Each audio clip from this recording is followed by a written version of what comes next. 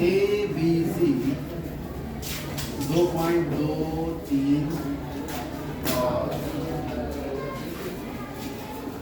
P R C जैसे बनाया है वैसे बना।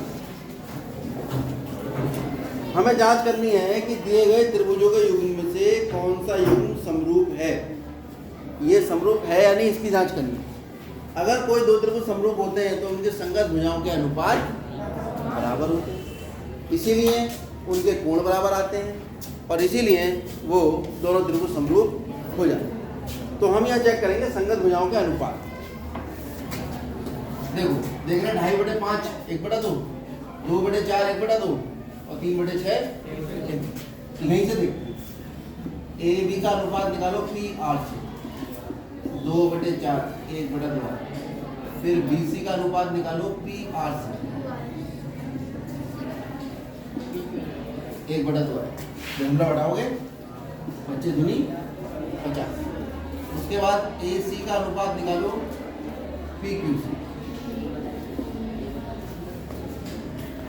हमने पहले अध्ययन किया इसका और देखा कि 3/4 कुछ नहीं होता है, मतलब 3/4 2.5/6 2/5 कोई कॉम्बिनेशन नहीं बन रहा।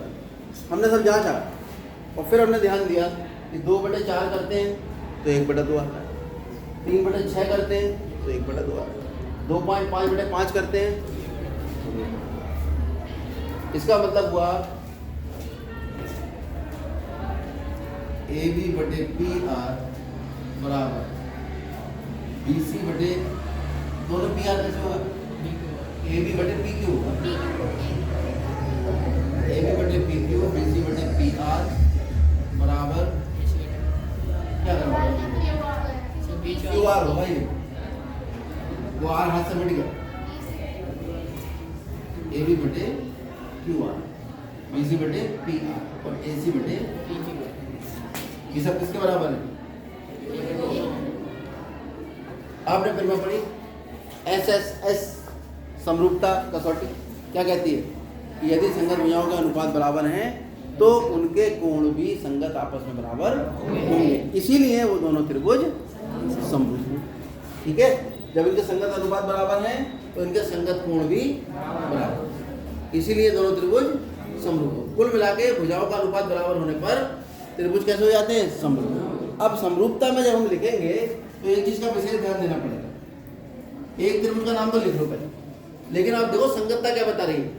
ए बी संगत है किसके, क्यू आर, बी सी संगत है किसके, पी आर, और ए सी किसके संगत है, ऐसे निशान लगा दें।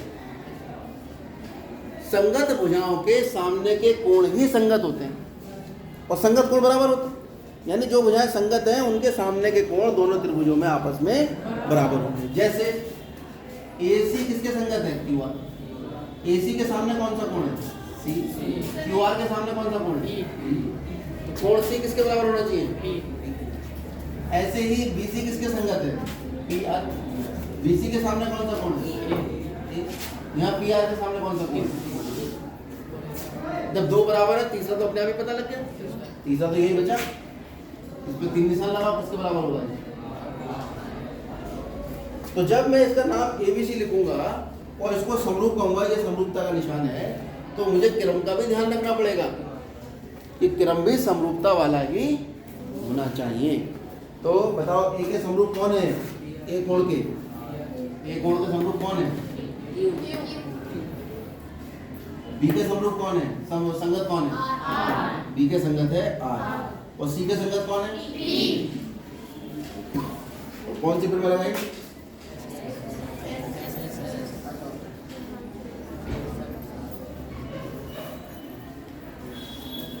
समझ में आगे बात, इतनी सी बात।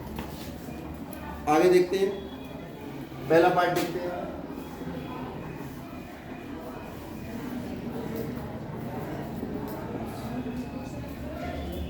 ये 60 है, ये 80 है, ये 40,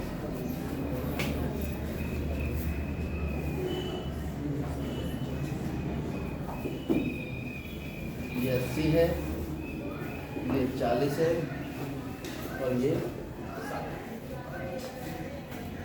अब हम देख रहे हैं इसमें साफ साफ कि कोण A बराबर 60 है और ये बराबर है किसके कोण की? कोण B बराबर कितना है? 80 और ये किसके बराबर है? कोण Q। कोण C बराबर कितना है? 40 और ये किसके बराबर है? यानी कोण A इसके संगत है, कोण B इसके संगत है। अब दो त्रिभुजों में 3 कोण बराबर हो गए तो उनकी भुजाओं के संगत अनुपात बराबर होंगे और इसीलिए दोनों त्रिभुज यानी कुल मिला के 3 कोण बराबर जब मिल जाते हैं हमें तो दोनों त्रिभुज कैसे हो जाते हैं? समरूप। तो पहले वाले का नाम तो हम लिख देते हैं आराम से, समरूपता का निशान। दूसरे का नाम संगतता के आधार पर लिखते हैं। ए के संगत कौन है? बी के संगत, सी के संगत, कौन सी समरूपता लगी?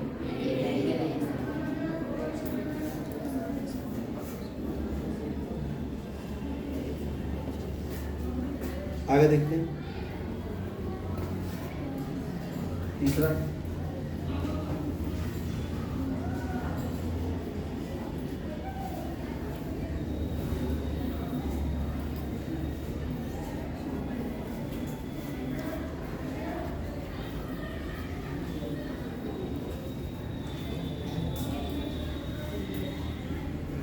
अब ढूंढो समरूपता। पहले देखो 2/4 कितना हुआ? 1/2, 3/6 तो 2.7/5 भी 1/2 आना क्या आ रहा है? इसका मतलब दोनों त्रिभुज समरूप। कैसे दिखाएंगे हम? अब कोई बच्चा ये कहेगा मैं तो 3/4 लूंगा, तो ले लो भैया 3/4। दूसरा बताओ कौन सा लोगे? 2/6 लोगे या 2/5 लोगे? दोनों में से कोई भी ले लो, दोनों बराबर नहीं आ रहे। जब बराबर नहीं आ रहे तो समरूपता का कोई संभावना नहीं है। संभावना कहाँ से बन रही है? जब मैं LP/PF ले रहा हूँ 3/6 यानी 1/2। दूसरा MP/PE ले रहा हूँ 2/4 यानी 1/2।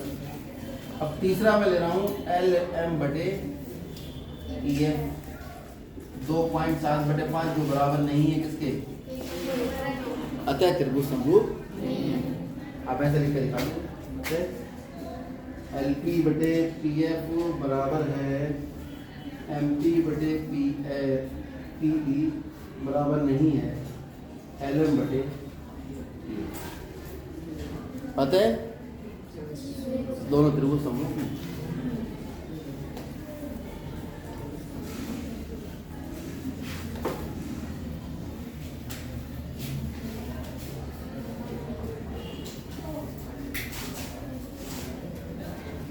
क्लियर हो गया?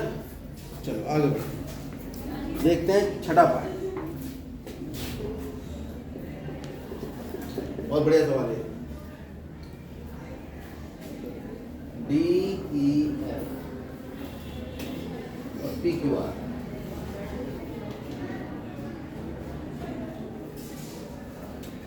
E कितना है? Q कितना है? D है 70, R है 30। अब ढूंढो समरूपता।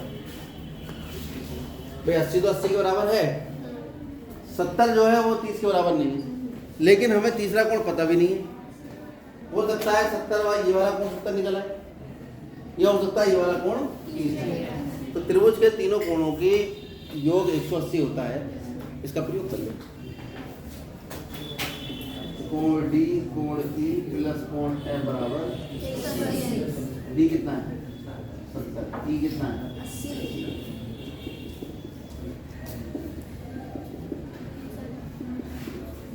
कितना आ गया? कोण F कितना आ गया?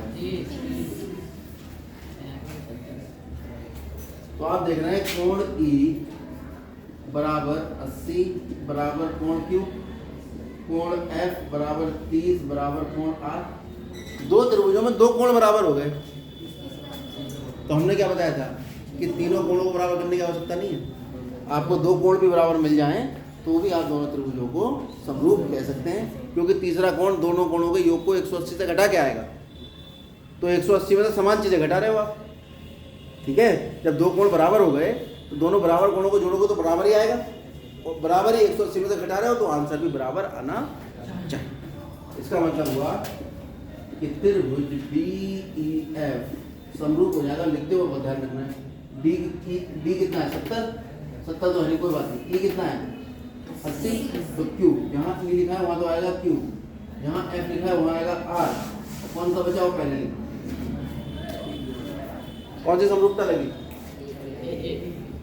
अब हम ए लगाएंगे नहीं, केवल इसी से काम चलाएंगे। जब दो बराबर हो जाएंगे तीसरा क्यों निकालेंगे हम, ठीक है।